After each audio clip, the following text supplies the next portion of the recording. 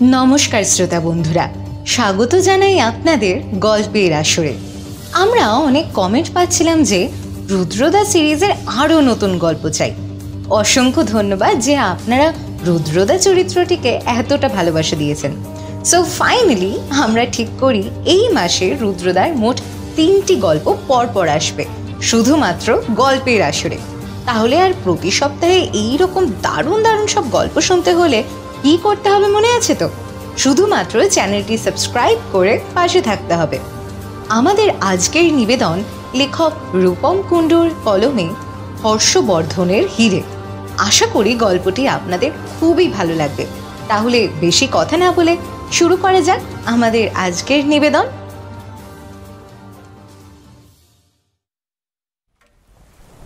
বাইরে একনাগাড়ে বৃষ্টি হয়ে চলেছে, মাঝে মাঝে বিদ্যুৎ চমকানোর শব্দ।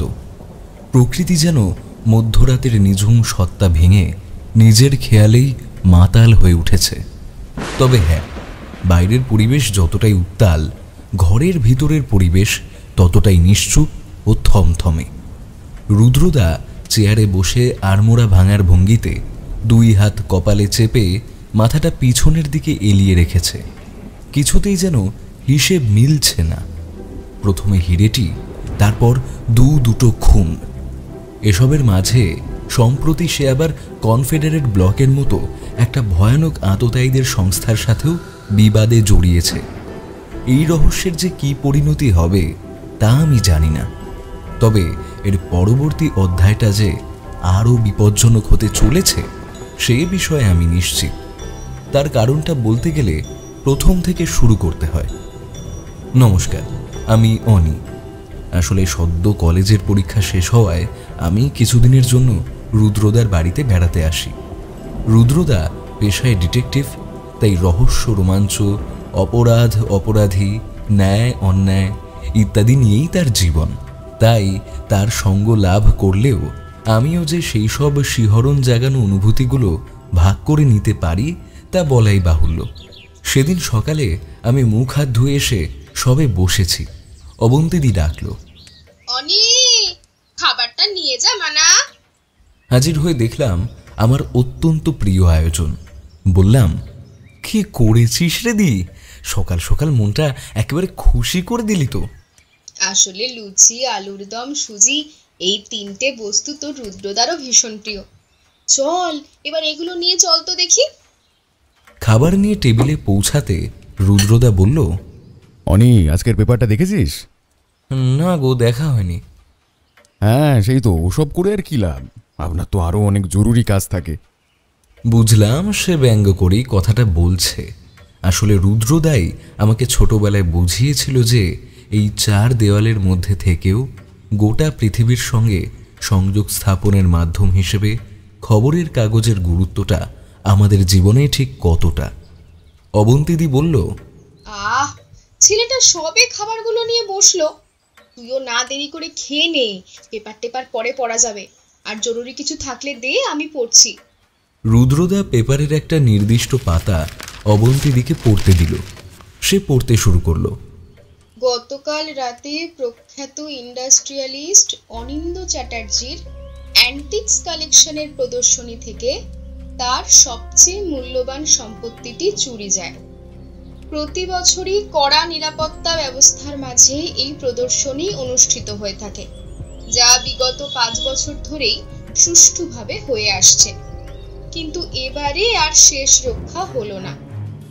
যে বস্তুটি চুরি গেছে সেটি একটি মহামূল্যবান নীল রঙের হিরে। ষাটোর্ধ্ব ব্যবসায়ীর কালেকশনে বহু নামি দামি জিনিস রয়েছে, কিন্তু তার মুকুটে সোনার পালকের ন্যায় কাজ করেছিল এই হিরেটি। যখন বছর 2 আগে উনি একটি নিলামে ক্রয় করেন, তখন এটার ব্যাপারে খুব একটা গভীর ধারণা পাওয়া যায়নি। কিন্তু পরবর্তীকালে জানা যায় যে এই হিরেটির ঐতিহাসিক মূল্য তার নিলামে ক্রয় করা মূল্যের চেয়ে অনেক গুণ বেশি। আর শুধু তাই নয়, এটি তার ধরনের এক এবং অদ্বিতীয়। এই অবধি পড়ে অবন্তীদি থামল। রুদ্রদা খাওয়ায় মনোযোগ দিয়েছে, যদিও আমার মন পড়ে রইল এই ঘটনার পিছনের রহস্যটা জানার জন্য। ভাগ্যক্রমে তার জন্য বেশিক্ষণ অপেক্ষা করতে লাগলো না। খাওয়া শেষ করে বসেছি, তখনই কলিং বেলটা বেজে উঠল। খুলে দেখি শান্তনুবাবু। তিনি ভিতরে এসে বললেন, কি সব খবর ভালো তো? আরে শান্তনুবাবু যে, আমরা ঠিকই আছি, আপনি বলুন। আপনাদের আশীর্বাদে সবই কুশল। একটু অসময়ে এসে জ্বালাতন করলাম, কিন্তু না এসে উপায়ও নেই। বেশ তো, বলুন কি ব্যাপার। প্রদর্শনী থেকে যে হিরেটা চুরি গেছে ওটার ব্যাপারেই আসা। পেপারে তো দেখেছ নিশ্চয়ই। আমাদের সমাজের যত অভিজাত শ্রেণীর ব্যক্তি যারা ভীষণ বড় লোক, তাদেরই আমন্ত্রণ থাকে ওই প্রদর্শনীতে। আমাদের অনুমান চোর ওনাদের মধ্যেই কারোর সাথে যুক্ত। তাই নাকি? কিন্তু যুক্ত কেন বলছেন? চোর যে ওনাদের মধ্যে কেউ নন সেটা নিশ্চিত হচ্ছেন কি করে? প্রত্যুত্তরে শান্তনুবাবু রুদ্রদার দিকে একটা চিরকুট বাড়িয়ে দিলেন। এ নাও, এটা ওখানে পাওয়া গিয়েছিল। রুদ্রদা সেটা হাতে নিয়ে পড়তে শুরু করলো। আমাকে ধরার ব্যর্থ চেষ্টা করবার কোনো প্রয়োজন নেই। যা গেছে তার মায়া ত্যাগ করাই শ্রেয়। ইতি আগন্তুক। রুদ্রদা এক ঠায়ে চিরকুটটার দিকে তাকিয়ে রইল। আমি দেখলাম তার নিচের দিকে কালি দিয়ে একটা হাস্যকর মুখের ছাপ বসানো, যা দেখে খানিকটা বিশ্রী লাগে। রুদ্রদা বলল, শান্তনুবাবু, এটা খুব চেনা চেনা লাগছে না? ঠিকই ধরেছ। আজ থেকে প্রায় 5 বছর আগে মিউজিয়ামে একটা চুরি হয়। সেখানেও এই একই চিরকুট পাওয়া গিয়েছিল। সরকারি ব্যাপার ছিল। সরকারের উচ্চ দপ্তর থেকে নামি দামি অফিসার নিয়োগ করা হয়। ডিটেকটিভও নিয়োগ করা হয়েছিল, তবে দীর্ঘ বহু মাস যাবৎ তাকে ধরার আর প্রমাণ জোগাড় করার চেষ্টা চালানো হয়, কিন্তু শেষ অবধি না কেউ ধরা পড়ে, না চুরি যাওয়া জিনিস ফেরত পাওয়া যায়। এটা সেই সমস্ত রহস্যগুলোর মধ্যে একটা যার আজও সমাধান হয়নি। অদ্ভুত ব্যাপার, 5 বছর পর আবার তার পুনরাবির্ভাব ঘটেছে। রুদ্রদার চোখের দৃষ্টি মুহূর্তের মধ্যে তীক্ষ্ণ হয়ে গেল। সে ধীর স্বরে বলল, অপরাধী অপরাধ করে পার পেয়ে যাবে, এটা ভাবাটাই তার সবচেয়ে বড় ব্যর্থতা। তুমি যেই হও, রুদ্রশঙ্কর রায় তোমাকে খুঁজে বার করবেই। এবার শান্তনুবাবু বললেন, তুমি যদি ওই অনিন্দ চ্যাটার্জি ব্যক্তির সঙ্গে একবার বসো, তবে উনি হয়তো কিছু জরুরি ব্যাপার বললেও বলতে পারেন। আর ওই ব্যক্তি নিজেও আমাদের ডিপার্টমেন্টের উপর বেশ ভালো রকম চটে আছেন। তাই তো তুমি যাতে যাও, ওই ব্যাপারটা দেখার জন্য আমার সঙ্গে ওনার নিজের পার্সোনাল অ্যাসিস্ট্যান্টকে পাঠিয়েছে। তাকে আমি গাড়িতেই বসিয়ে রেখে এসেছি। তার উপর আমার ওপর মহল থেকেও চাপ আসছে। আসলে আমার কিছু অফিসাররাও ওখানে মোতায়েন ছিল। এবার বুঝতেই তো পারছো ব্যাপারটা। রুদ্রদা তৎক্ষণাৎ জবাব দিল, তবে তো আর এক মুহূর্ত দেরি করা ঠিক নয়, চলুন।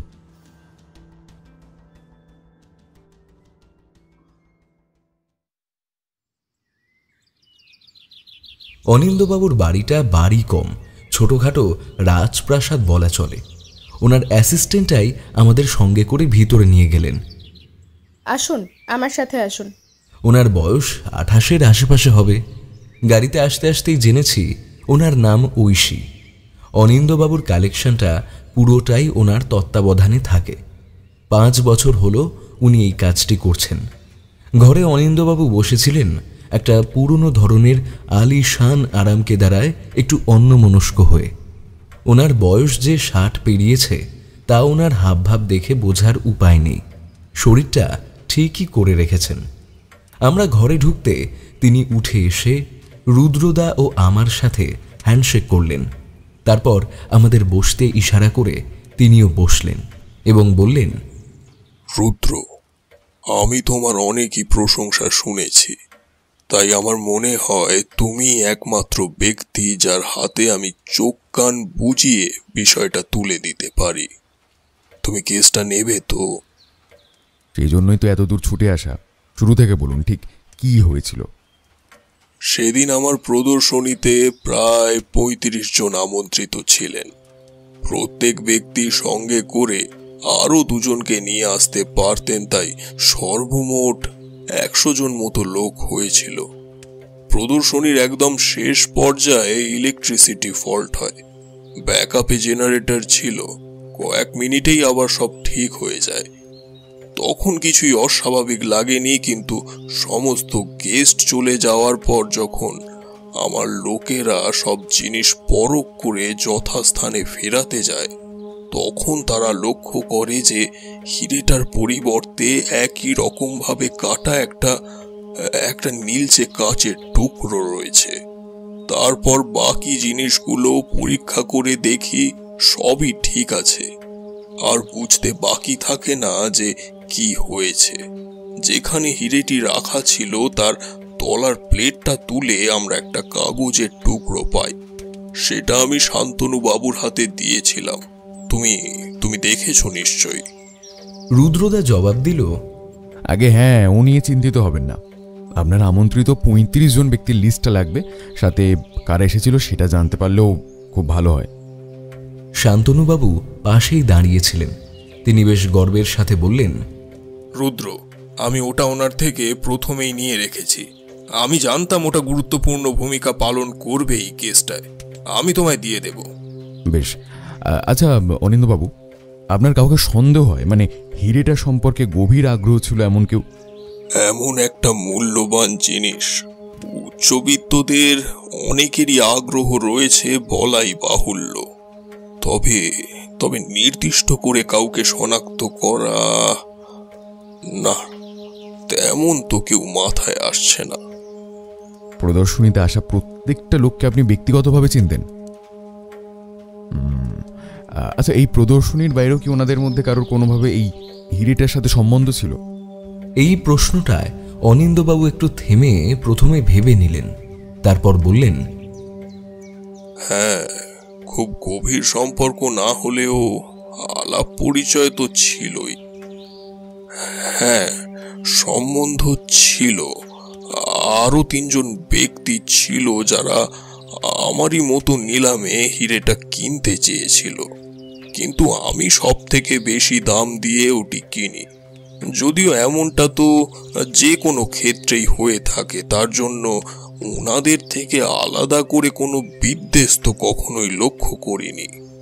অনুসন্ধান যখন হবেই তখন সন্দেহের তালিকা থেকে তো কেউই বাদ যায় না। তাদের নামগুলো? ওনাদের মধ্যে একজন হলেন বিভূতি সান্যাল। উনি জেমোলজিস্ট, আমার খুবই ভালো বন্ধু। আর একজন বিলাসবহুল আসবাবপত্রের বিশাল বড় ব্যবসা চালায়, আমার থেকে অনেকটাই ছোট। ওর নাম কেশব রায় চৌধুরী। আর একজন ছিলেন অভিজিৎ পাল।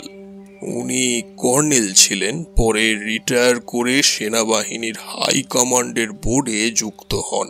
স্যার, আপনার গাড়ি নিচে অপেক্ষা করছে। 1 ঘন্টার মধ্যে আমাদের মিটিংয়ে পৌঁছতে হবে। তবে আপনি বললে আমি ওটা একটু পেছনোর ব্যবস্থা করতে পারি। দরজার কাছে দাঁড়িয়ে ঐশী কথাটা বলল। অনিন্দবাবু দেখলাম চোখে মুখে একটা উদাসীনতা মেশানো ভাব নিয়ে বললেন, আজকে আর কিছুই ভালো লাগছে না। দেখো, যদি পিছিয়ে কাল করতে পারো তাহলে ভালো, নয়তো বাতিল করে দাও। আর শোনো। তারপর রুদ্রদার দিকে দেখিয়ে বললেন, এনাকে প্রদর্শনীর ঘরটা একটু ঘুরিয়ে দেখিয়ে দাও। আর রুদ্র, তোমাকেও বলে রাখছি, ওটা শুধুই একটা দামি হিরে ছিল না, ওর সাথে আমার সম্মানও জড়িয়ে আছে। তুমি ওটা যেভাবেই হোক ফেরানোর ব্যবস্থা করো। বাকি কোনো কিচ্ছু নিয়ে তোমায় কোনো চিন্তা করতে হবে না।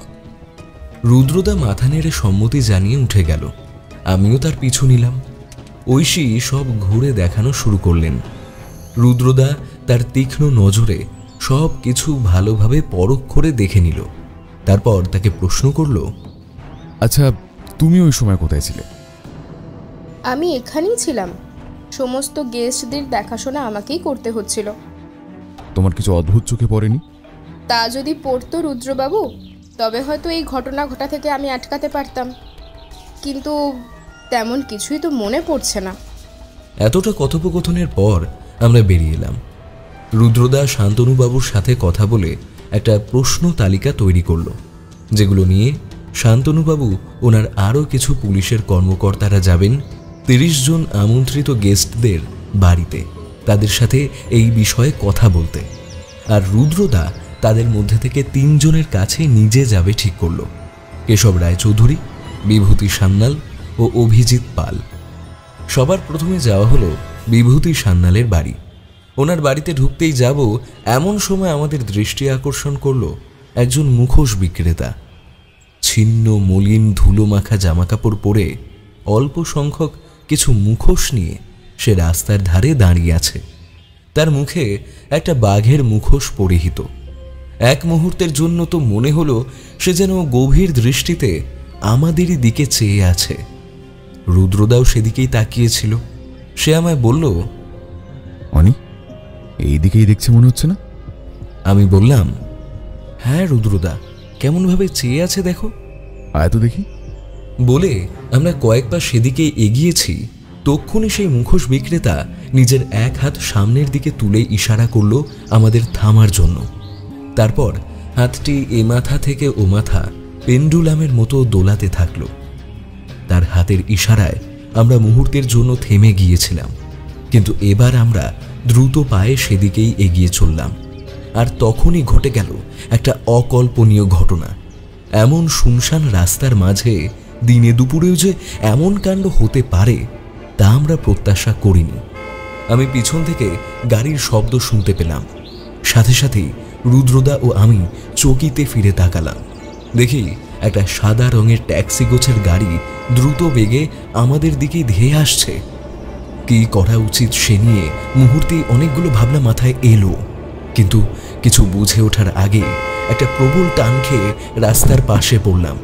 বুঝলাম রুদ্রদা আমায় টেনে নিয়ে পড়েছে। গাড়িটা ধুলো উড়িয়ে বেরিয়ে গেল। নিজেকে সামলে রুদ্রদা আমায় জিজ্ঞেস করল, অনিতি, ঠিক আছিস? কিরে, লাগেনি তো? আমি নিজের জামা ছেড়ে উঠতে উঠতে বললাম, আমি ঠিক আছি রুদ্রদা। তারপর মুহূর্তে আমাদের চোখ গেল রাস্তার অপর প্রান্তে, যেখানে মুখোশ বিক্রেতাটি দাঁড়িয়েছিল। কিন্তু আমাদের বিস্ময়ের মাত্রা কয়েক গুণ বাড়িয়ে দিয়ে সে সেখান থেকে এরই মধ্যে উধাও হয়েছে। আমরা ছুটে গেলাম সেদিকে। আশেপাশে তাকিয়েও কাউকে কোথাও দেখতে পেলাম না। রুদ্রদার মুখে দেখলাম চিন্তার ছাপ স্পষ্ট। সে বলল, চল ভেতরে যাও যাক। আসলে এই বিভূতি সান্যাল নামক ভদ্রলোকের গবেষণাগার বিষয়টাই মণিরত্ন ইত্যাদি নিয়ে। তাই ওনার কাছে এই হীরের ইতিহাস সম্পর্কে কিছু গুরুত্বপূর্ণ তথ্য পাওয়া যাবে এমনটাই রুদ্রদার অনুমান ছিল, এবং ওনার সাথে দেখা হওয়ার পর তা হুবহু মিলে গেল। ভদ্রলোকের বয়স 60-এর আশেপাশেই হবে। উনি আমাদের সাদরে আমন্ত্রণ করে ঘরে বসালেন। রুদ্রদা প্রশ্ন করল, আপনি তো ওই দিন ওখানে উপস্থিত ছিলেন, আপনার কিছু অদ্ভুত লেগেছিল? মাঝে ইলেকট্রিসিটি চলে গিয়েছিল, তাই খানিকক্ষণের জন্য সবকিছু অন্ধকার ছিল, কিন্তু সব স্বাভাবিক হওয়ার পর কিছুই অদ্ভুত লাগেনি। কিন্তু পরে যখন ঘটনাটা শুনলাম তখন ভীষণই খারাপ লাগে, জানেন তো। আপনিও তো নিলামে উপস্থিত ছিলেন, আপনিও চেয়েছিলেন হিরেটা কিনতে, কিন্তু পারেননি। আচ্ছা, আপনার সেটা ভেবে আফসোস হয় না? এই প্রশ্নটা বিভূতিবাবুকে একটু অপ্রতিভ করল। তিনি বললেন, না, ঠিক তা নয়। অনিন্দ আমার ভালো বন্ধু, তবে আমার যা কাজের ধরন তাতে অমন একটি মূল্যবান রত্নের কদর আমি বুঝি।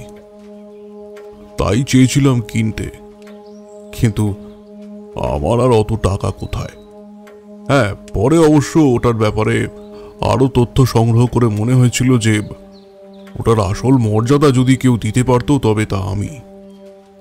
অনিন্দ ওটা কিনে নিজের প্রদর্শনীতে সাজিয়ে রেখেছে, কিন্তু ও জিনিসের গুরুত্ব যে কতটা সে সম্পর্কে ওর কতটুকুই বা ধারণা আছে। কেন, কি এমন জানেন আপনি ওই হিরেটা সম্পর্কে? সেই ঘটনা বলতে হলে চলে যেতে হয় 606 খ্রিস্টাব্দে। রাজা হর্ষবর্ধন তখনও রাজা হননি। তার ভাই রাজ্যবর্ধন তখন থানেশ্বরের রাজা। তার বোন রাজ্যশ্রী কনৌজের রাজা গ্রহবর্মনকে বিবাহ করেছিলেন। তখন গৌড় রাজ্যের রাজা ছিলেন শশাঙ্ক।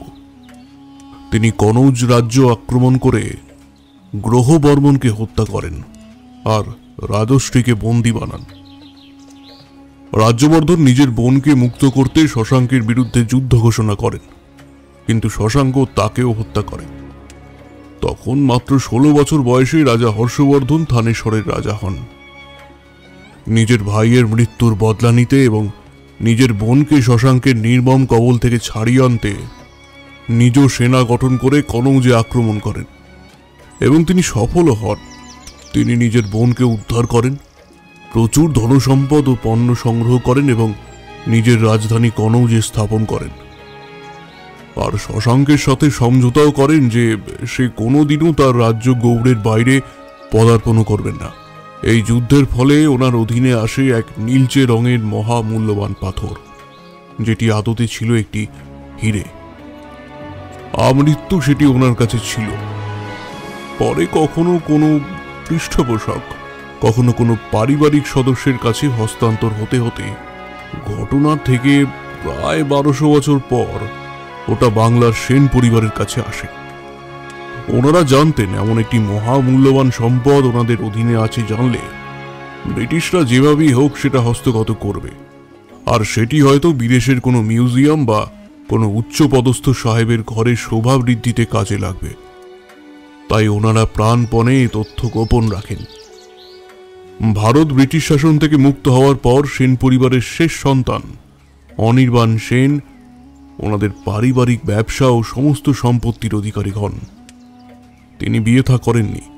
সম্প্রতি তিনি ব্ল্যাক লোটাস নামের একটা চ্যারিটেবল সংস্থা প্রতিষ্ঠা করেন, যার কাজ হবে গরিব ও অভাবী মানুষদের দেখাশোনা ও সেবা শুশ্রূষা করা এবং প্রয়োজনে অর্থ দিয়ে সাহায্য করা। তিনি নিজের সম্পত্তির বেশিরভাগ অংশই ভারতের বিভিন্ন জায়গা ঘুরে নিলামের মাধ্যমে বিক্রয় করা শুরু করেন ও সেখান থেকে সংগৃহীত অর্থ সেই সংস্থায় কাজে লাগান। উনি কলকাতায় যে নিলামটি রেখেছিলেন তাতে ওনার বিক্রি হওয়া জিনিসগুলোর মধ্যে সবথেকে অন্যতম ও দামি বস্তু ছিল ওই হিরেটি, যেটার ইতিহাস সম্পর্কে পরে চর্চা করে আমি এগুলো জেনেছি। তবে প্রচলিত কথা অনুযায়ী হিরেটি নাকি অভিশপ্ত। রাজা হর্ষবর্ধনের পর সেটি যার হাতেই পড়েছে তার লোভ, আকাঙ্ক্ষা ও চাহিদা বহু গুণে বৃদ্ধি পেয়েছে, আর হিরেটা হয়ে গেছে একটা ক্ষমতার প্রতীক। এর ব্যতিক্রম দেখা গেছে শুধুই অনির্বাণ সেনের ক্ষেত্রে। এতটুকু বলে বিভূতিবাবু থামলেন। তারপর টেবিলে রাখা গ্লাসটায় অর্ধেক জল ঢেলে সেটা এক নিঃশ্বাসে শেষ করলেন। রুদ্রদা বলল, আচ্ছা বেশ, বুঝলাম। তা ওই ব্যক্তি কোথায় এখন? কে? অনির্বাণ। সে তো এখন কলকাতাতেই থাকে। আচ্ছা, আর আপনি ঠিকানাটা বলতে পারবেন? দাঁড়ান, লিখে দিচ্ছি। বিভূতিবাবু উঠে গিয়ে একটা ছোট নোটপ্যাড নিয়ে এলেন। সেখান থেকে একটা পাতা ছিঁড়ে নিজের বুক পকেট থেকে কলমটা বার করে খসখস করে একটি ঠিকানা লিখে সেটা রুদ্রদার হাতে দিয়ে বললেন, মনে রাখবেন, এই হিরে কিন্তু যে সে হিরে নয়। এ হলো স্বয়ং রাজা হর্ষবর্ধনের অভিশপ্ত হিরে। ইতিহাসে এই হীরের পিছনে অনেক বিবাদ খুনোখুনি হয়েছে। আপনি কিন্তু সাবধানে এগোবেন। বিপদের কথা তো কিছু বলা যায় না। বলেই তিনি নমস্কারের ভঙ্গিতে হাত জোড় করলেন। রুদ্রদা ও আমি প্রতি নমস্কার জানিয়ে উঠে পড়লাম। বাইরে এসে রুদ্রদাকে জিজ্ঞেস করলাম, এবার কোথায় রুদ্রদা? প্রশ্নটা শুনে রুদ্রদা একটু ভেবে নিল।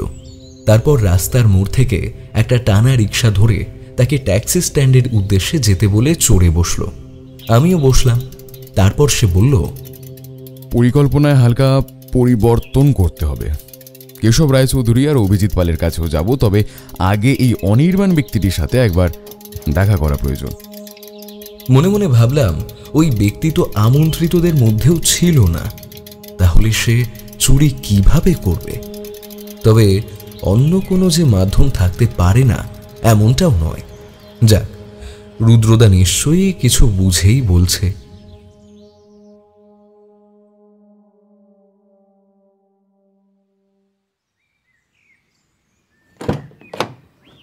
ট্যাক্সি ধরে আমরা পৌঁছলাম বিভূতিবাবুর দেওয়া ঠিকানায়। বহুতল একটা বাড়ির বাইরে বড় করে লেখা আছে মোদের নিবাস, পাশে ছোট করে ইংরেজিতে লেখা আ ব্ল্যাক লোটাস ভেঞ্চার। নিজেদের পরিচয় দিয়ে ভিতরে প্রবেশ করে দেখলাম অনেকটা ফাঁকা জায়গাও রয়েছে, অনেক ছোট ও মাঝবয়সী বাচ্চার সমাগম, তবে লোকজন বেশি নেই।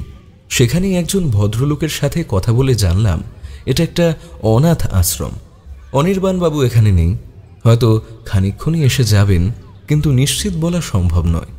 তিনি লোকজন সঙ্গে নিয়ে কাছের একটা বস্তিতে গেছেন খাবার বিলি করতে। আমরা ঠিকানা নিয়ে হাঁটা লাগালাম। মিনিট 20 মধ্যে পৌঁছে গেলাম বস্তিতে। বেশি খুঁজতে হলো না, দেখলাম শৌখিন সাদা ফতুয়া আর ট্র্যাক স্যুট পরা এক ভদ্রলোক সমস্ত খাবার সঠিকভাবে বিলানোয় তদারকি করছেন। বয়স 35 থেকে 40-এর মধ্যে। একটু কাছাকাছি যেতে তিনি আমাদের লক্ষ্য করলেন।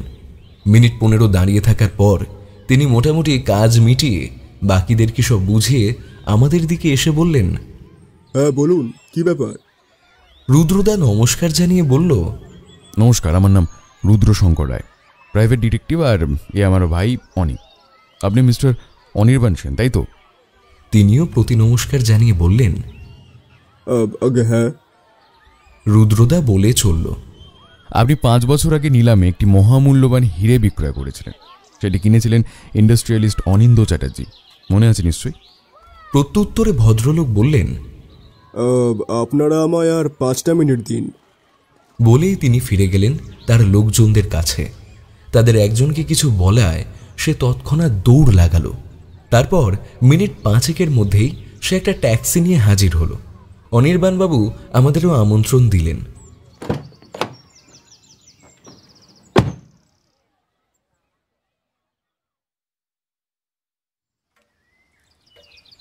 আশ্রমে ফিরে ওনার ঘরে ঢুকে দেখলাম অল্প কিছু ফাইলস, হিসেবের খাতাপত্র, একটা ছোট টেবিল আর একটা আলমারি রয়েছে। ঘরের 3টি চেয়ার 3 জনে অধিকার করে বসলাম। অনির্বাণবাবু বললেন, দেখুন, সব আলোচনা তো আর সব জায়গায় হয় না, সেই জন্য এখানে আসা। এবার আপনার প্রশ্নের উত্তরটা দিই। নিলামে বিক্রি করা জিনিসগুলোর মধ্যে সব থেকে বেশি দামে বিক্রি হয়েছিল ওই হিরেটি, আমার দিব্যি মনে আছে। আসলে ওটা চুরি গেছে, আর তা তদন্তের ভার আমার উপর পড়েছে। আজকের সকালের কাগজে পড়লাম ব্যাপারটা, সত্যি দুঃখের বিষয়। হিরেটের ইতিহাস সম্পর্কে আপনার কিছু জানা আছে? অনুমান করা যায় হিরেটার বয়স প্রায় 1300 বছরেরও বেশি। রাজা হর্ষবর্ধনের সময়ের অনেক নিদর্শনের সাথে ওর মিল রয়েছে। ইতিহাসবিদ ও রত্নবিদদের মধ্যে নানান ভিন্ন ভিন্ন মতেরও প্রচলন রয়েছে। সহস্র বছরের মধ্যে বহু হাত পরিবর্তন হয়ে ওই হিরেটি এসেছে। আচ্ছা, এমন একটা জিনিস আপনি বিক্রি কেন করলেন? নিজের কাছে কেন রাখলেন না? জীবনের ভারসাম্য বজায় রাখাটা বড্ড জরুরি রুদ্রবাবু। হিরেটা পূর্বপুরুষের হাত ধরে আমি পেয়েছিলাম, তার মানে যে আমাকে এগিয়ে নিয়ে যেতে হবে এমন তো কোনো কথা নেই। আমি তো সংসার ধর্ম বিশ্বাসী নই মশাই। বৈষয়িক জিনিসের কি প্রয়োজন? তার থেকে ভালো বিভিন্ন জায়গায় নানা অনাথ আশ্রম, ভোজনালয়, হাসপাতাল ইত্যাদির ব্যবস্থা করে মানুষের আর সমাজের উপকারে লাগতে পারছি, এটাই কি কম বড় পাওয়া? দেখুন, আমি আমার সম্পত্তির বেশিরভাগ অংশ বিক্রি করে দিয়েছি, আর সেইগুলো দিয়েই এই সমস্ত কিছু গড়া। বাকি জীবনটাও এইসব করে কেটে যাবে মশাই। আর যদি পয়সার দরকারও হয় তবে যেটুকু রয়েছে সেটুকুও বেঁচে দেবো। হিরেটার উপর নজর আছে এমন কাউকে আপনি চেনেন? সে তো অনেকেরই থাকতে পারে, তবে যতদিন আমার কাছে ছিল ততদিন তো ওইসব বিষয় নিয়ে কখনো মাথা ঘামায়নি। আর জানেনই তো, আসলে আমার উদ্দেশ্যটা তো আলাদা। এইসবের পাঠ তো অনেক কাল আগেই চুকিয়ে দিয়েছি, এখন তো আর আলাদা করে তেমন কিছু মনেও নেই। অসংখ্য অসংখ্য ধন্যবাদ আপনার সময়ের জন্য। আপনার মতন মানুষ সমাজে আছে বলেই পৃথিবীতে হয়তো মনুষ্যত্বটা এখনো বেঁচে আছে। খেয়াল রাখবেন। রুদ্রদা নমস্কার জানিয়ে উঠে পড়লে অনির্বাণবাবুও নমস্কার জানিয়ে বললেন, ধন্যবাদ। ওখান থেকে বেরিয়ে আমরা প্রথমে কেশব রায়চৌধুরীর অফিস ও তারপর অভিজিৎ পালের বাড়ি গেলাম, কিন্তু দুর্ভাগ্যবশত দুজনের কেউই উপস্থিত ছিলেন না। কেশববাবু কোনো এক জরুরি কাজে শহরের বাইরে গেছেন, কাল ফিরবেন এমনটাই ওনার কর্মচারীরা জানালো। আর অভিজিৎ বাবুর বাড়িতে তালা দেওয়া। আশেপাশের লোকজনকে জিজ্ঞেস করতে তারা জানালেন যে উনি অনেক সকালেই ঘরে চাবি দিয়ে বেরিয়ে গেছেন। তাই আমরা ঠিক করলাম ওনাদের সাথে পরের দিনই দেখা করব। সেদিন রাতে রুদ্রদা আগের বারের কেসে আগন্তুকের ব্যাপারে সংগৃহীত তথ্য নিয়ে পড়াশোনা করেই কাটিয়ে দিল। তার পরের দিন সকালটা শুরু হলো একটা ভীষণ রকম দুঃসংবাদ দিয়ে। বাজতে থাকা টেলিফোনটা রিসিভ করে রুদ্রদাকে উত্তেজিত হয়ে বলতে শুনলাম, ঠিক আছে, আপনারা পৌঁছান, আমি এক্ষুনি আসছি। আমি প্রশ্ন করলাম, কি হয়েছে রুদ্রদা? এক্স কর্নেল অভিজিৎ পাল, যাকে আমরা কাল বাড়িতে পেলাম না, তিনি মারা গেছেন। আমাদের ওখানেই যেতে হবে।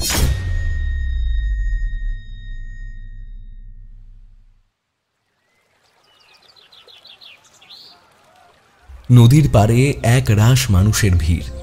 আমরা পৌঁছে দেখলাম একটা প্লাস্টিকে মোড়া মৃতদেহ, আশেপাশে বহু চিহ্ন দেওয়া। কাছাকাছি গিয়ে দেখে সমগ্র শরীরটা মুহূর্তে গুলিয়ে উঠল।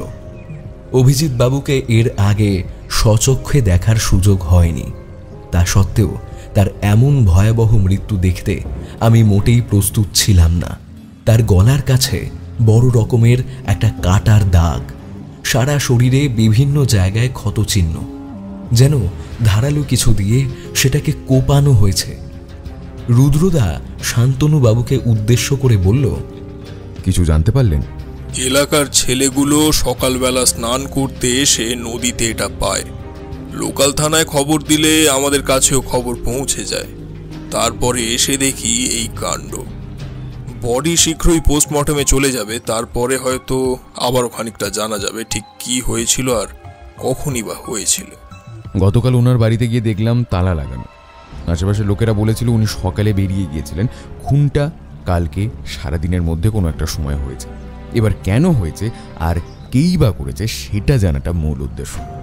যাক, আপনি রিপোর্ট পেলে আমাকে অবশ্যই জানাবেন। আর ওনার পরিবারে কেউ কি আছেন?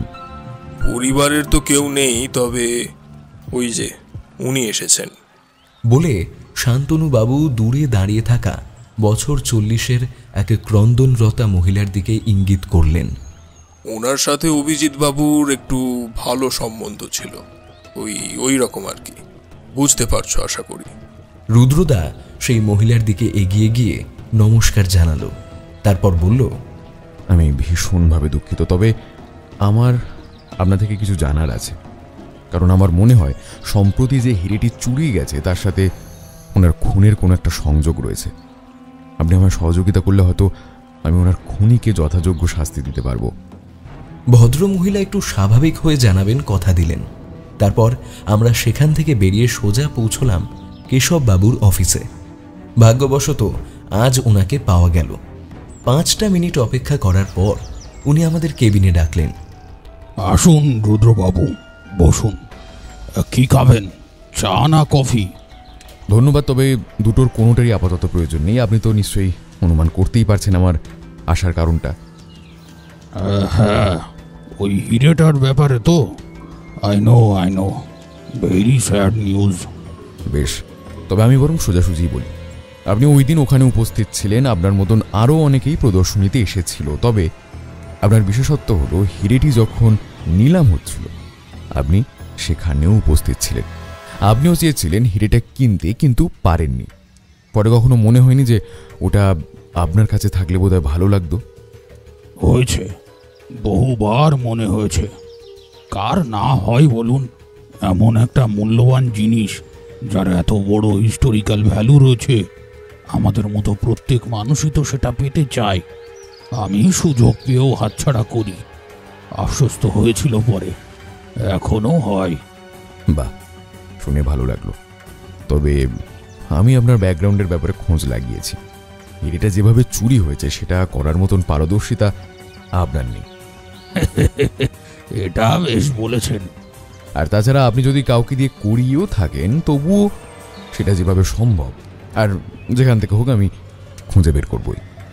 অফকোর্স মিস্টার রুদ্র, আমার সেই বিষয়ে কোনো সন্দেহ নেই। তবে এই আশ্বাসটা দিতে পারি যে এই কাজ আমি করিনি, আর করলেও বা কি, আপনি তো খুঁজে বার করবেনই, তাই না? এবার রুদ্রদা ঘরের কোণে রাখা কোমর অবধি উঁচু 2 থাকের আলমারির দিকে ইঙ্গিত করে বলল, ওটা কি? তার আঙুল অনুসরণ করে সেদিকে তাকাতে আমার শিরদাঁড়া বেয়ে একটা হিম স্রোত নেমে গেল। তার উপর রাখা রয়েছে একটি বাঘের মুখোশ।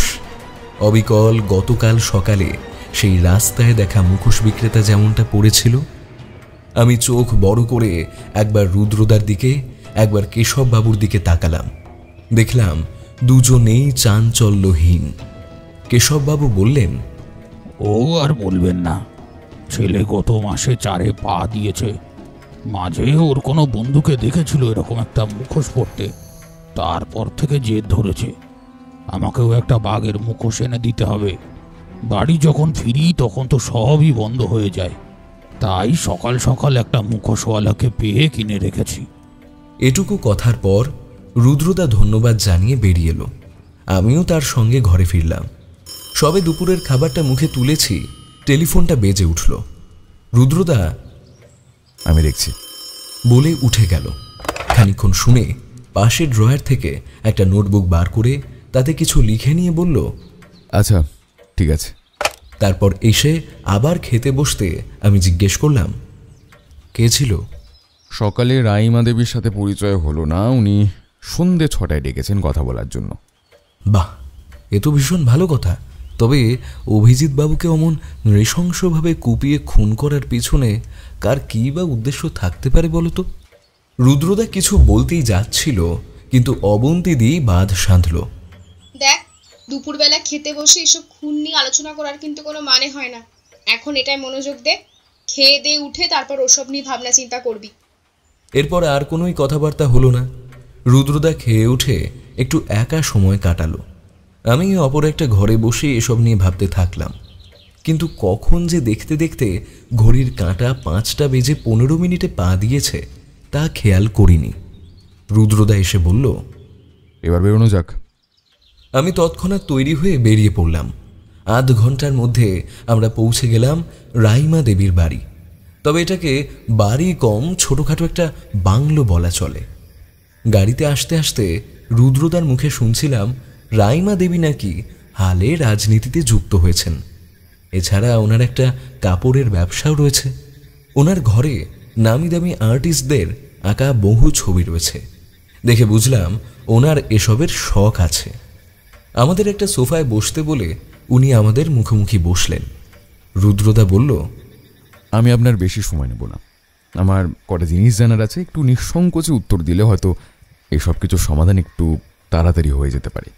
প্রত্যুত্তরে রাইমা দেবী বললেন, আপনি বসুন, আমি যা জানি আর যতটুকুই জানি সবটাই বলবো। বেশ, আচ্ছা, যেদিন অনিন্দবাবুর প্রদর্শনী হয়েছিল সেদিন আপনি ওখানে অভিজিৎ বাবুর সাথে উপস্থিত ছিলেন, তাই তো? হ্যাঁ, আমার তো এখনো এটা ভেবে সব থেকে বেশি কষ্ট হচ্ছে যে মাত্র 2 দিন আগে আমরা একসাথে ছিলাম, সব কিছু তো ঠিকই ছিল, হঠাৎ এভাবে। আমি বুঝতে পারছি আপনার মনের অবস্থাটা। আমি কথা দিচ্ছি, অপরাধীকে শাস্তি আমি অবশ্যই পাইয়ে দেব। ওই দিনের পর আপনাদের মধ্যে আর কথোপকথন হয়েছিল? ওই দিন আমাদের একসাথে এখানে ফেরার কথা ছিল, কিন্তু ও শেষ মুহূর্তে আমার মতো ফিরে যেতে বলেছিল। তারপর নিজে বাড়ি চলে যায়। কিন্তু আমি যদি জানতাম এরপর আর আমাদের কোনোদিন দেখা বা কথা কোনোটাই হবে না, আমি ওকে একা যেতে দিতাম না, কোনোদিন যেতে দিতাম না ওকে একা। ওনার সাথে ব্যক্তিগত শত্রুতা ছিল এমন কাউকে আপনি চেনেন? না, নিজের মতোই থাকতো। ওর কোনো শত্রু থাকা সম্ভব নয়। আর শেষ একটা প্রশ্ন, যদি কিছু মনে না করেন, আপনাদের সম্পর্কটা ঠিক কতদিনের? 3 বছর। অসংখ্য ধন্যবাদ। বাইরে এসে মোড়ের মাথার দিকে হাঁটা লাগালাম, কিন্তু গাড়ির শব্দে পিছনে ফিরে দেখি একটা পুলিশের জিপ এসে রাইনা দেবীর বাড়ির সামনে থামল। দেখলাম থানার মিঠুন তালুকদার বাবু হন্তদন্ত হয়ে ভিতরে গেলেন। রুদ্রদা বলল, একবার থানায় যেতে হবে, চল তো। এত রাতে হঠাৎ থানায় যাবার কি উদ্দেশ্য তা যদিও বুঝলাম না, কিন্তু পৌঁছানোর পর কারণটা স্পষ্ট হলো। গতকালই শান্তনু বাবুকে দেখেছিলাম 5 বছর আগে মিউজিয়ামের চুরির ঘটনাটা সম্পর্কে পুলিশ যা তথ্য সংগ্রহ করেছিল তার একটা ফাইল রুদ্রদাকে দিয়ে যেতে। সেই বিষয়ক আরও কিছু নথিপত্র দিতেই রুদ্রদার এখানে আসা। তবে শান্তনুবাবুকে পাওয়া গেল না। উনি নাকি ফ্যামিলি এমার্জেন্সিতে বিকেলের আগেই বেরিয়ে গেছেন। শান্তনুবাবুর পর যার কাঁধে সব দায়িত্বভার থাকে সে হলো অফিসার মিঠুন তালুকদার। ওনার ব্যাপারে জিজ্ঞেস করতে হাবিলদার জানালো, উনি তো বিকেলবেলায় বেরিয়ে গেছেন একটা সুইসাইড কেসের ব্যাপারে। যদিও মাঝে একবার এসেছিলেন, তখন একটি মেয়েও এসেছিল। ওনার কাছে কি সব রিপোর্ট লিখিয়ে গেল, তারপর উনি আবার বেরিয়ে গেলেন। ওখান থেকে বেরিয়ে একবার বিভূতি বাবুর সঙ্গে দেখা করে বাড়ি ফিরলাম। ওনার বক্তব্য আমাদের আর এই কেসটা চালিয়ে যাওয়া উচিত নয়, কারণ ইতিহাস বলছে রাজা হর্ষবর্ধনের এই হিরেটি কখনোই কোনো মানুষের জীবনে শুভ কিছু নিয়ে আসেনি। বাড়ি ফিরতে অনেকটাই রাত হয়ে গেল, প্রায় 9:30 বাজতে যায়। অবন্তীদি বেশ কয়েকবার বাইরে কে আছে জিজ্ঞেস করে আমাদের কাছ থেকে নিশ্চিত প্রতিশ্রুতি পেয়ে দরজা খুলল। তার চোখে মুখে উদ্বিগ্নতা দেখতে পেলাম। রুদ্রদা বলল, কি হয়েছে দিতোর? অবন্তীদি ঘন ঘন নিঃশ্বাস নিতে নিতে সোফার উপর বসে পড়ল। তারপর একটু স্থিত হয়ে বলল, বাড়িতে না একটা লোক এসেছিল, বলল পোস্ট অফিস থেকে আসছে, তো ওর নামে নাকি একটা চিঠিও আছে। তখন প্রায় 6:30 বাজতে যায়। সন্ধেবেলায় চিঠি বিলি হয় বলে আমার তো জানা নেই, কিন্তু আমি তাকে প্রশ্ন করতে সে বলল, আসলে আসলে আমার বাড়ি এই কাছেই, এই সব চিঠি দিয়ে এইটাই বাকি ছিল, তাই পরের দিনের জন্য না ফেলে রেখে ভাবলাম আজই দিয়ে দিই আর কি। বলছি একটু জল খাওয়াবেন কি? লোকটা খুব হাঁপাচ্ছিল, তাই আমি ওকে ঘরে বসতেও দিই, কিন্তু জল আনার পর দেখি লোকটা নেই। আমি এদিক ওদিকের ঘর, এমনকি বাইরে এসে এদিক ওদিক তাকিয়েও দেখলাম, আর তাকে কোথাও দেখতে পেলাম না। ঘরে আসতেই আমার টেলিফোনটা বেজে উঠল। একটা মেয়ে, নামটা বলল, হ্যাঁ ঐশী। ঐশী? কি বললো সে? হ্যালো, এটা কি রুদ্রবাবুর বাড়ি? হ্যাঁ আমি ঐশী। রুদ্রবাবু আমাকে চেনেন? উনি কি বাড়িতে আছেন? না, ভাই তো ঘন্টাখানেক আগে বেরিয়ে গেল। ঠিক আছে, উনি ফিরলে ওনাকে অবশ্যই বলবেন উদ্দীপ্ত আত্মহত্যা করার মতো ছেলে নয়। আমি আজ সকালে ওর সাথে কথা বলেছি, আমাদের সন্ধেবেলা দেখা করার কথাও ছিল। আমি ওর বাড়িতে গিয়ে দেখি অনেক লোকজন জড়ো হয়ে আছে, বাড়িতে তালা দেওয়া। তাদের থেকেই জানতে পারি ও আত্মহত্যা করেছে। আর পুলিশ ওর বডি নিয়ে গেছে। আচ্ছা আচ্ছা, ঠিক আছে, আমি বলবো। আর কিছু বলতে হবে? হ্যাঁ, আর ও আমাকে বলেছিল ও একটা বড় ষড়যন্ত্র ধরতে পেরেছে, আর সেটাও প্রমাণ সহ সবার সামনে আনবে। আমাকে এতটুকুই বলেছিল। আচ্ছা, আমি বলবো রুদ্রকে। হ্যাঁ, প্লিজ উনি এলে আমার সাথে একটু যোগাযোগ করতে বলবেন, প্লিজ। আমার ও রুদ্রদার দুজনের চোখে মুখে বিস্ময়, তার চোখ যেন বিস্ফারিত হয়ে আছে। অবন্তীদি রুদ্রদার হাতে চিঠিটা দিয়ে বলল, আর এই যে চিঠিটা। রুদ্রদা সেটা হাতে নিয়ে পড়তে শুরু করলো। যদি চাইতাম তবে আপনার দিদিকে আপনি আর কখনোই দেখতে পেতেন না, তবে আমি আপনার কোনো অনিষ্ট করতে চাই না। আপনি যে কাজে নেমেছেন তার সাথে জড়িত বিষয়সমূহের গভীরতা সম্পর্কে আপনার কোনোই ধারণা নেই, তাই এখনো সাবধান করছি, পিছিয়ে যান। ইতি আগন্তুক। আর চিঠিটার নিচে সেই একই রকম হাস্যকর মুখের ছাপ। কি বিপদ ঘটতে পারত সেটা ভেবে এক মুহূর্তের জন্য আমার সারা শরীর যেন অবশ হয়ে এলো। অবন্তীদি বিস্মিত। রুদ্রদা চোখ বুজিয়ে একটা দীর্ঘশ্বাস ফেলল। তার চোয়াল ও দুই হাতের মুঠো শক্ত হয়ে এলো। রাগে গোটা শরীরটা থেকে থেকে কেঁপে উঠছে। দি এগিয়ে এসে তার কাঁধে হাত রেখে বলল, রুদ্র ভাই, আমার কিচ্ছু হয়নি রে, আমি ঠিক আছি, আমরা সবাই ঠিক আছি। রুদ্রদা মুহূর্তেই স্বাভাবিক হয়ে গেল। তারপর দির মাথায় হাত রেখে মৃদু হেসে বলল, আমি থাকতে তোদের কখনো কিছু হতে দেব না, আয়। বলে সে দিও আমাকে একত্রে জড়িয়ে ধরল। সত্যিই তো, রুদ্রদার যা কাজের ধরন তাতে অনেক বিপদসংকুল পরিস্থিতির মুখোমুখি আমাদের হতে হয়, কিন্তু প্রতিবারই রুদ্রদা এক বিশাল বৃক্ষের ন্যায় তার ছায়ায় আমাদের সুরক্ষিত রাখে।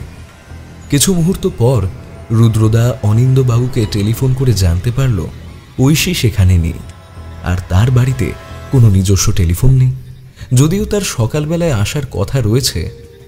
রুদ্রদা বলল, তাতে হবে না অনিন্দবাবু, আপনি আপনার কোনো লোককে পাঠানোর বাড়ি, আর ওকে নিয়ে এসে আজকে আপনার কাছেই রাখুন।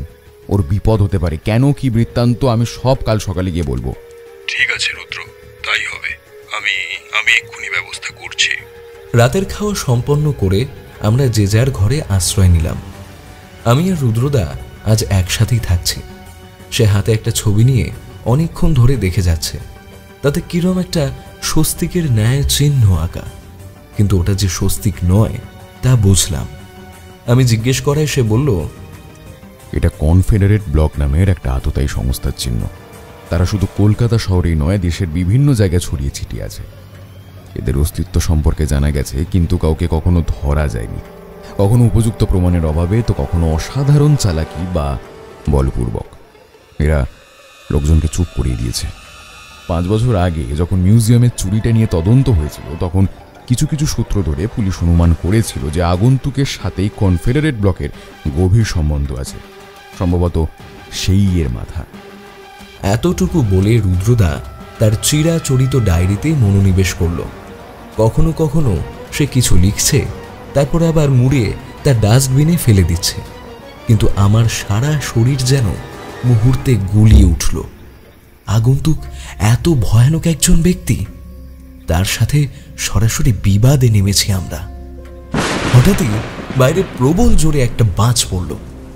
এক নাগারে বৃষ্টি শুরু হলো, মাঝে মাঝে বিদ্যুৎ চমকানোর শব্দ, আর ঘরের ভিতরকার পরিবেশ ততটাই থমথমে আর নিশ্চুপ। যাক, এই ছিল এখনো পর্যন্তর ঘটনা। এরপর কখন যে আকাশ পাতাল ভাবতে ভাবতে চোখ লেগে গেছে তার খেয়াল নেই। রুদ্রদাও যে কত রাত অবধি এই মরণ খেলার নিষ্পত্তিকারী হিসেবটা মিলিয়ে গেছে তারও কোনো ধারণা নেই।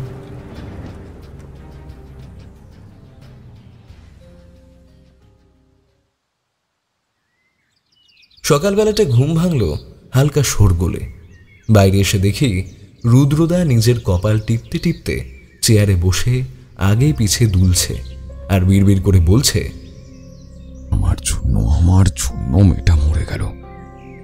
আমি জানতাম এমন কিছু একটা হবে। আমি চাইলে বাঁচাতে পারতাম তাকে, কিন্তু আমি চাইনি। সে ভরসা করেছিল আমার উপর। এটা কি হয়ে গেল? আমি তো জানতাম, আমি এটা জানতাম।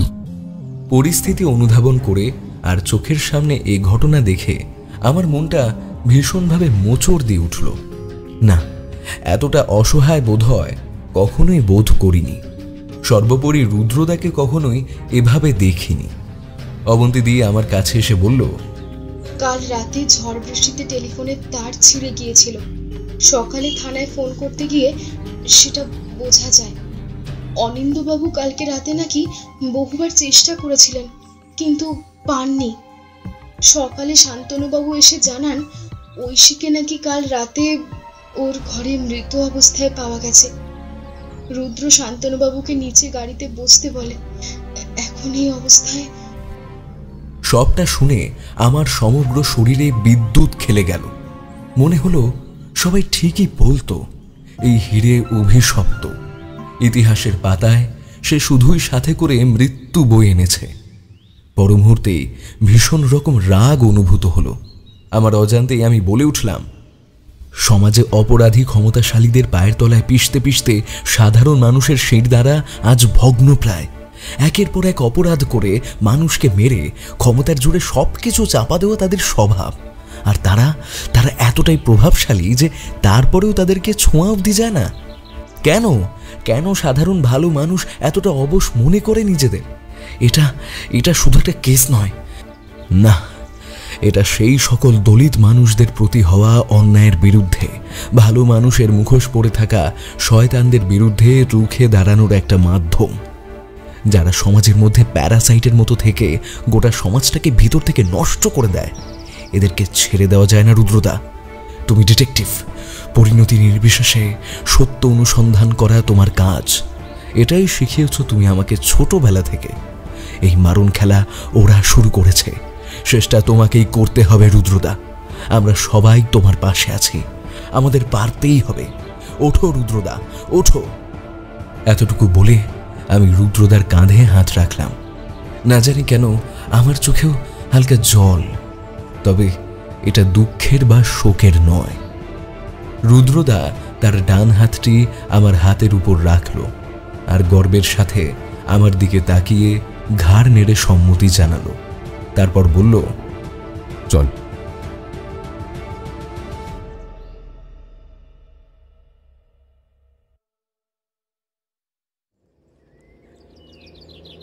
আমাদের জিপ দ্রুত গতিতে ধেয়ে চলল ঐশীর বাড়ির উদ্দেশ্যে।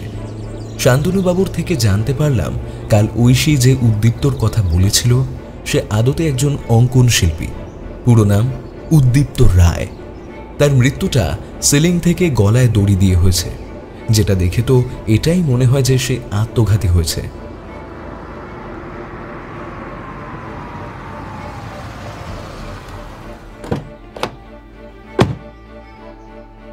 ঐশীর বাড়ি পৌঁছতেই অনিন্দবাবুকে দেখা গেল। তিনি আবেগপ্রবণ হয়ে এগিয়ে এসে বললেন, রুদ্র, তোমার বলার সাথে সাথে আমি লোক পাঠিয়েছিলাম রুদ্র, কিন্তু ততক্ষণে অনেকটা দেরি হয়ে গিয়েছিল। আমি পারলাম না মেয়েটাকে বাঁচাতে। অনিন্দবাবুকে আশ্বাস দিয়ে সে এগিয়ে গেল। আমিও তাকে অনুসরণ করলাম, কিন্তু যে মর্মান্তিক দৃশ্য চোখের সামনে দেখলাম তাতে আমার ক্ষোভ আরও কয়েক গুণ বেড়ে গেল। ঐশীর দেহটাও কোপানোর দাগে ক্ষতবিক্ষত, আর গলাটাও ঠিক একইভাবে কাটা। মনে মনে ভাবলাম, নৃশংস জানোয়ার সব এক একটা। রুদ্রদার চোখ লাল হয়ে এলো। সে বলল, ওর যা কিছু ব্যবহার করার সামগ্রী আছে আমাকে সব দেখতে হবে। সে তার ঘর তোলপাড় করে দিল। তারপর একটা বড় ক্যানভাসে ঐশীর নিজের একটা পোর্ট্রেট খুঁজে পেল। তার পিছনে লেখা রয়েছে, জীবনে অত্যাধিক চাহিদা, অতিরিক্ত আকাঙ্ক্ষা যদি পাপের কারণ হয়, তবে আমি পাপী, কারণ আমি তোমায় চেয়েছি। জীবনে সাধনার মধ্যে দিয়ে যদি ঈশ্বর লাভ করতে হয়, তবে আমার জন্য তা তুমি, কারণ আমি তোমায় চেয়েছি। জীবনের সর্বহারা হওয়ার পরেও যদি তুমি একমাত্র আশার আলো হও, তবে আমি আশাবাদী, কারণ আমি তোমায় চেয়েছি। আর জীবনে পাওয়া সব কিছু যদি একদিন ত্যাগ করে চলে যেতে হয়, তবে আমি হারাবো সব থেকে বেশি, কারণ আমি তোমায় পেয়েছি। ইতি তোমার উদ্দীপ্ত। রুদ্রদা বলল, ছেলে মেয়ে দুটো একে অপরকে ভালোবাসত শান্তনুবাবু। উদ্দীপ্ত এমন কিছু জেনে যায় যেটা তার জানার কথা নয়, আর সেটাই সে ঐশীকেও বলে। এর পরিণতি স্বরূপ উদ্দীপ্তকে মেরে দেওয়া হয়, কিন্তু কেসের সাথে সেটা যাতে কোনোভাবেই না জড়ায় তাই খুব চালাকি করে মারা হয়, এমনভাবে যাতে মনে হয় যে সে নিজেই আত্মঘাতী হয়েছে। কিন্তু এর চেয়েও বড় প্রশ্ন হলো, ঐশী যে এই ব্যাপারটা সম্বন্ধে জানে সেটা আততায়ীরা জানলো কি করে? ঐশী এমন কারোর কাছে জিনিসটা বলেনি তো যে তাদের সাথেই যুক্ত?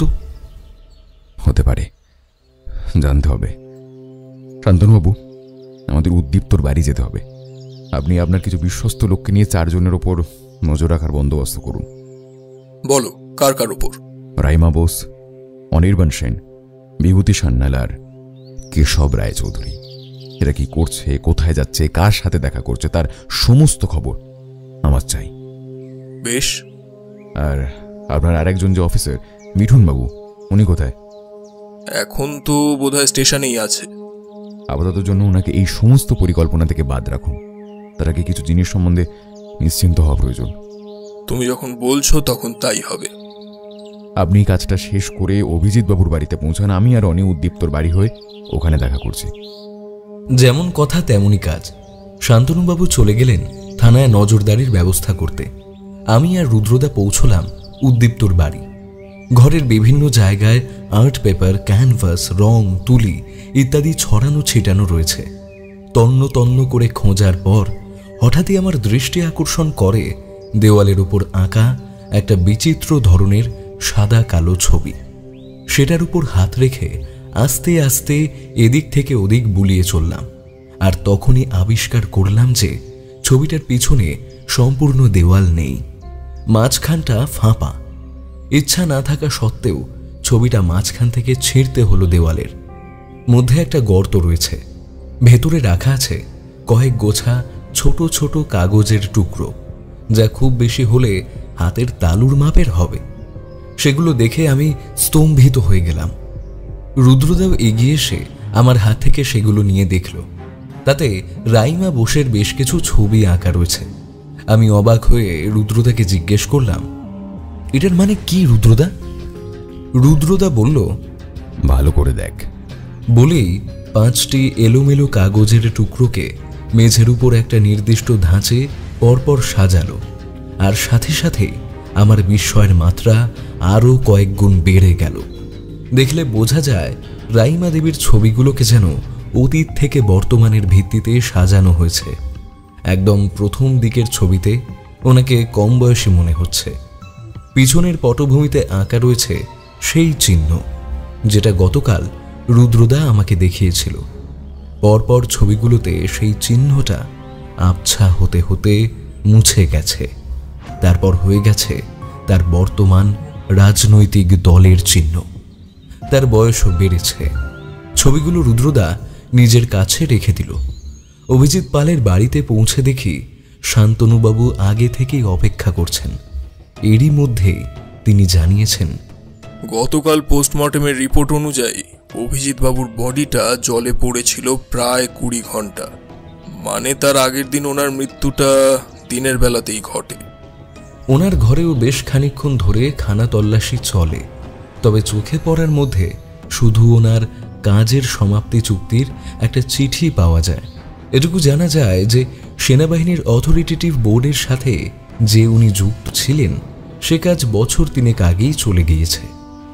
রুদ্রদা একটা ছবিও পেল, তাতে রাইমা দেবী ও সাথে আরও কিছু লোকজন রয়েছেন। হঠাৎ সে শান্তনুবাবুকে বললেন, আপনাকে একটা কাজ করতে হবে। অনেকে আপনি বাড়ি ছেড়ে দিয়ে আসুন, আর আমার কিছু কাজ আছে, সেগুলো আমি মিটিয়ে আপনার সাথে থানায় দেখা করব। বেশ, তবে আগের দিন যে বলছিলে কে নাকি বাড়িতে এসেছিল, তা পাহারার ব্যবস্থা করলে হতো না? তার প্রয়োজন নেই, ওদের কিছু হবে না। আপনি ওকে ছেড়ে থানায় অপেক্ষা করুন। বলেই সে আমাকে পাশে ডেকে নিয়ে গেল। তারপর বলল, অনি, মন দিয়ে শুন, তোকে একটা গুরুত্বপূর্ণ কাজ করতে হবে, তবে সেটাই যথেষ্ট ঝুঁকি রয়েছে, কিন্তু আমায় বিশ্বাস করতে পারবি তো? কিরে, পারবি তো? নিশ্চয়ই, বলো। রুদ্রদার সাথে কথা মিটে গেলে শান্তনুবাবু আমাকে বাড়িতে নামিয়ে দিয়ে যান। অবন্তীদি ওদিকে কি হলো জানতে চাইলে আমি রুদ্রদার বলা কথাগুলোই তাকে বলি। সেও ব্যাপারটা বোঝে। আমরা নিজেদের মতো বিশ্রাম নিয়ে দুপুরের খাওয়াটা সময় মতো সেরে ফেলি। তারপর একসাথে যেন কোনো এক বিশেষ মুহূর্তের জন্য অপেক্ষারত হয়ে বসে থাকি। হঠাৎই মাথাটা ঝিমঝিম করতে থাকে। বাতাসে যেন কিসের একটা মিষ্টি গন্ধ। এটা কোথা থেকে আসছে? অবন্তীদের মুখভঙ্গি দেখে বুঝলাম সেও একই গন্ধ পাচ্ছে। মাথাটা ক্রমে ধরে আসতে থাকে। চোখ খুলে থাকাটাও যেন কষ্টকর ব্যাপার মনে হয়। কিছু বুঝে ওঠার আগেই জ্ঞান হারালাম।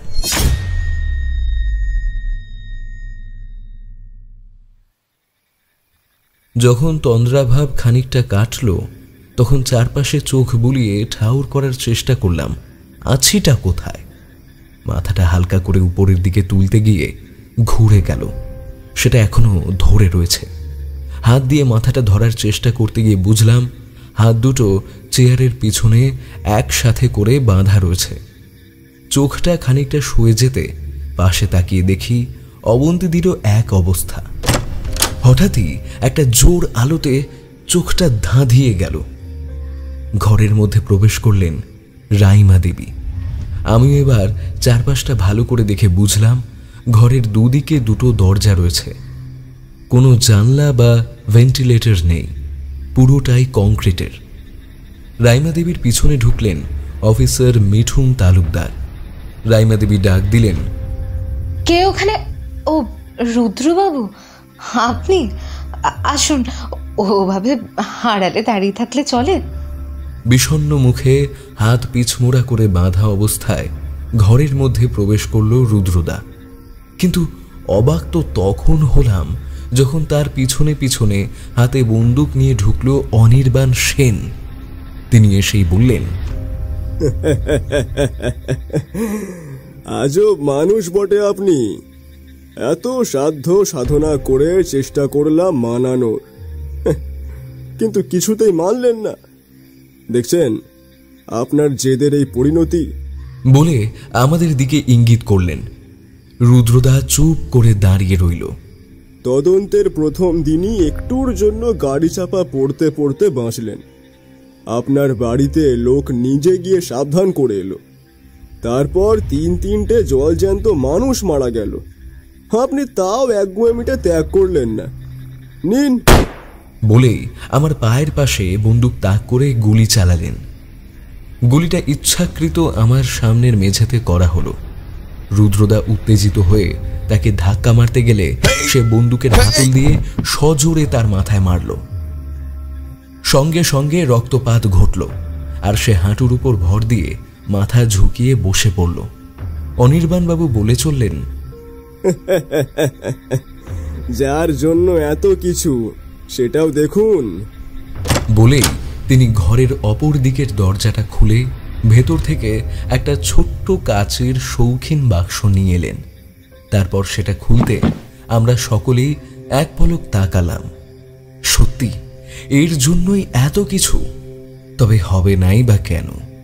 এই সেই সহস্র পুরনো রাজা হর্ষবর্ধনের হিরে। তার ঔজ্জ্বল্য, তার আভা, তার আকার, তার নীল রং দেখলেই যেন চোখ জুড়িয়ে যায়। তিনি বলে চললেন, আচ্ছা রুদ্রবাবু, আপনি তো সেদিন বললেন যে এমন একটা মূল্যবান সম্পদ হঠাৎ করে আমি বেচতে গেলাম কেন? আসলে তখন আমার এককালীন অনেকগুলো টাকার দরকার ছিল।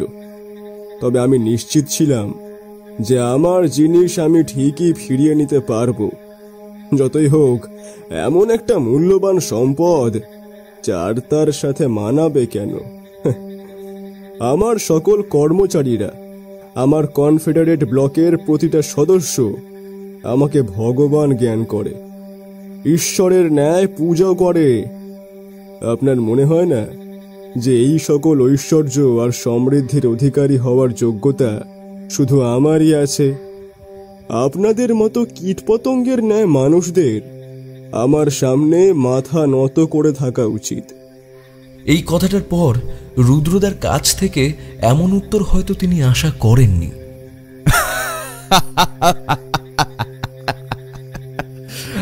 আমাকে ধরার ব্যর্থ চেষ্টা করার কোনো প্রয়োজন নেই। যা গেছে তার মায়া ত্যাগ করে শ্রেয়। এটাই লিখেছিলেন না চিঠিতে আপনি? জানেন তো, আমি সেই দিনই মনে মনে শপথ নিয়েছিলাম আপনি যেখানেই থাকুন, যে অবস্থাতে থাকুন, আপনাকে টেনে আমি ঠিক বার করব। আর আজ সেই দিন। এই কথাটার পর রাইমা দেবী, মিঠুনবাবু আর অনির্বাণবাবু বিস্ময়ে একে অপরের মুখ চাওয়াচাওয়ি করতে লাগলেন। তারপর বললেন, কি সব প্রলাপ করছে? দেখো অনির্বাণ, তোমায় আমি বলেছিলাম না, ওর সাথে সমঝোতা মানে বোকামি। ওকে বাঁচিয়েই রাখা উচিত নয়, শেষ করে দাও ওকে। অনির্বাণবাবু বললেন, আমাকে কি করতে হবে শিখিও না। তবে হ্যাঁ, প্রস্তাবটা মন্দ নয়। যেহেতু আপনিও হাল ছাড়বার পাত্র নন, সেহেতু আপনাকে সরিয়ে দেওয়াটাই বোধহয় শ্রেয়। বলেই তিনি রুদ্রদার দিকে বন্দুক তাক করলেন। সাথে সাথেই বাইরে ভীষণ শোরগোল শোনা গেল, সাথে ক্রমাগত গোলাগুলির শব্দ। ঘরে উপস্থিত সকলের মনোযোগী তখন সেদিকে ঘুরে যায়, আর রুদ্রদা সাথে সাথেই মাথা তুলে আমায় ইশারায় সম্মতি দেয়। অনির্বাণবাবু তখন আমার দিকে পিছন ঘুরে দাঁড়িয়ে, আমার পা খোলা ছিল। আমি তার হাঁটুর একটু উপরের দিকে সজোরে একটা লাথি বসালাম। বিগত কিছু মাস ধরেই রুদ্রদা আমাকে সব শেখাচ্ছে। আমি জানতাম ঠিক কোন জায়গায় মারলে মানুষ কিছু সময়ের জন্য ভারসাম্যহীন হয়ে পড়ে। অনির্বাণ বাবুর সাথেও তাই হলো। রুদ্রদা ছুটে গিয়ে হাত দুটো বাঁধা অবস্থাতেই কোনো রকমে পিছন ঘুরে দরজার ছিটকিনিটা খুলে দেয়। মিঠুনবাবু বন্দুক বের করে চালাতে সক্ষম হন না। তার আগেই বাইরে থেকে পুলিশের একটি লোকের গুলিতে তার বন্দুক ছিটকে পড়ে। অনির্বাণবাবু যতক্ষণে নিজেকে সামলে উঠলেন, পুলিশের লোকেরা ততক্ষণে সারা ঘরে ছড়িয়ে গেছে। বাধ্য হয়ে তাদের তিনজনকেই আত্মসমর্পণ করতে হলো। অনির্বাণবাবু বিলাপ করে উঠলেন, এটা এটা এটা এটা কি করে সম্ভব? হ্যাঁ, আশ্রমের নিচে তো বছরের পর বছর আমি এইভাবেই কতজনকে শেষ করেছি, কেউ টের পায়নি। তবে তবে এবার কি করে? আপনারা নিজেদের পতন নিজেরাই ডেকে এনেছেন। পরপর তিনটে খুন, কি ভেবেছিলেন পার পেয়ে যাবেন? রাইমাদেবী, আপনার কিছু ছবি আমি অভিজিৎ বাবুর বাড়িতে পাই, যাতে আপনি এমন কিছু ব্যক্তিদের সঙ্গে রয়েছেন যারা কনফেডারেট ব্লকের সদস্য হিসেবে শনাক্ত হয়েছিলেন আজ থেকে প্রায় 5 বছর আগে। অভিজিৎ বাবুর ব্যাপারে খোঁজ নিয়ে জানলাম ওনার জুয়া নেশা ছিল। কাজ তো ছিল না ওনার কাছে। নিশ্চয়ই দিন রাত টাকা চেয়ে আপনাকে বিব্রত করে তুলেছিলেন, তাই না? আর হয়তো আপনি কিছু বোঝাতে গেলে বা বারণ করলে আপনার গোপন পরিচয়, ফেলে আসা অতীতটা সবার সামনে আনার ভয় দেখাতেন, যেটাকে বলে ব্ল্যাকমেল। আপনার সদ্য রাজনৈতিক কর্মজীবনের জন্য তো ওটি আবার একদমই আদর্শ ছিল না, তাই না?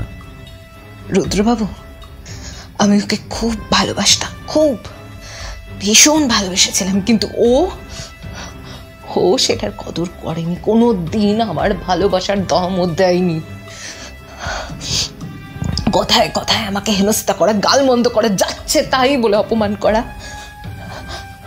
আমি আমি আমি কি করেছিলাম বলতে পারেন আপনি? আমার কোথায় ভুলটা ছিল আপনি বলবেন আমায়?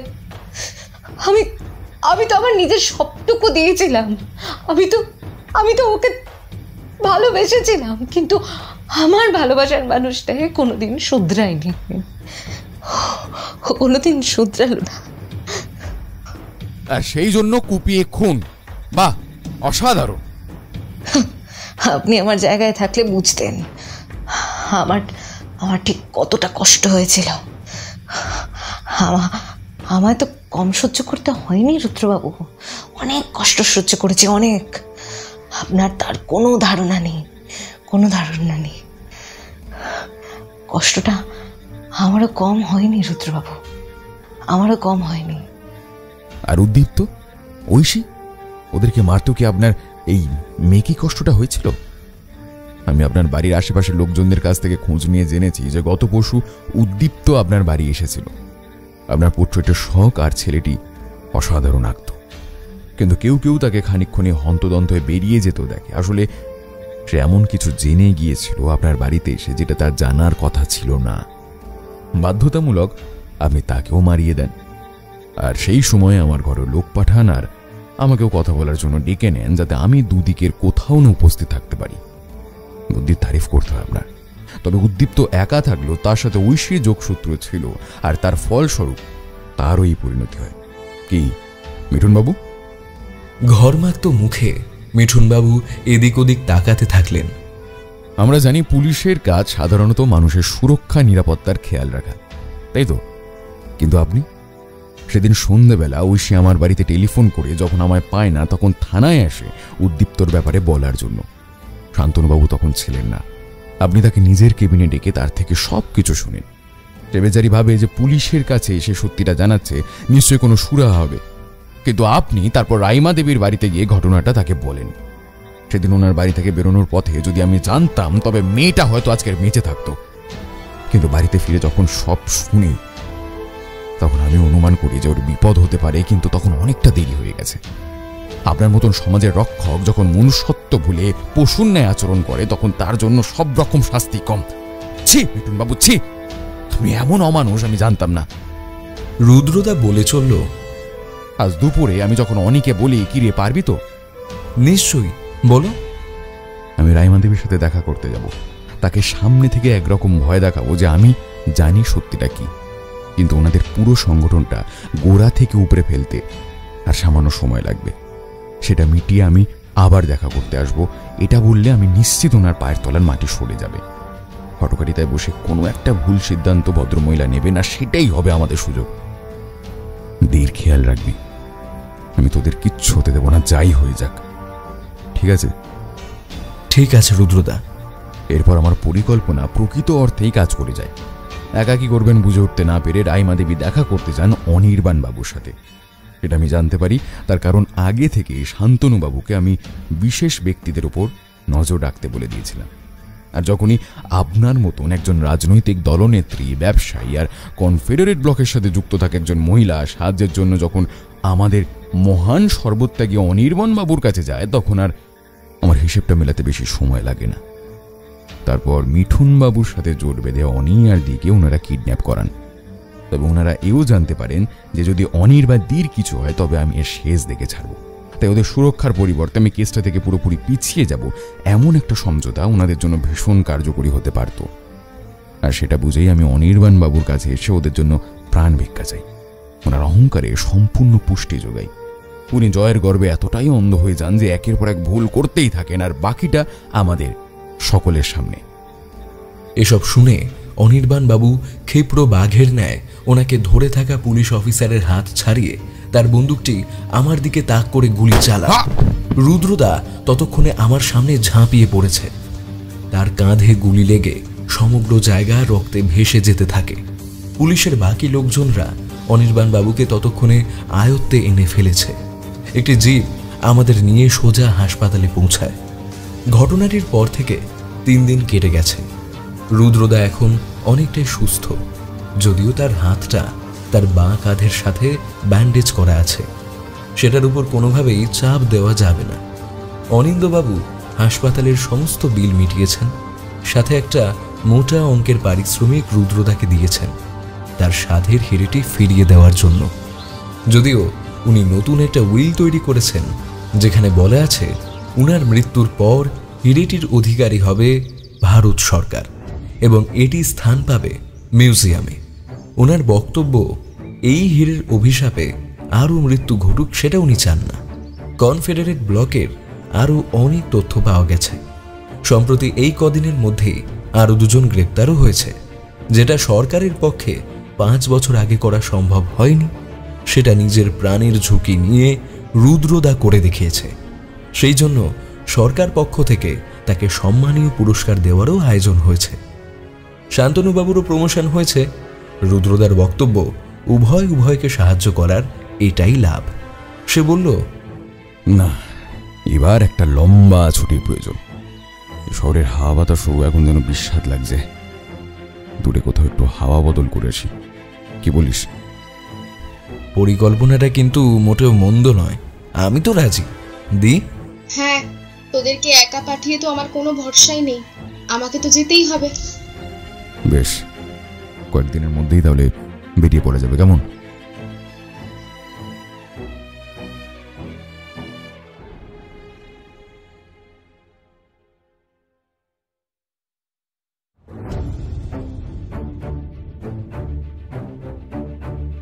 আপনারা এতক্ষণ শুনছিলেন লেখক রূপম কুণ্ডুর কলমে হর্ষবর্ধনের হিরে।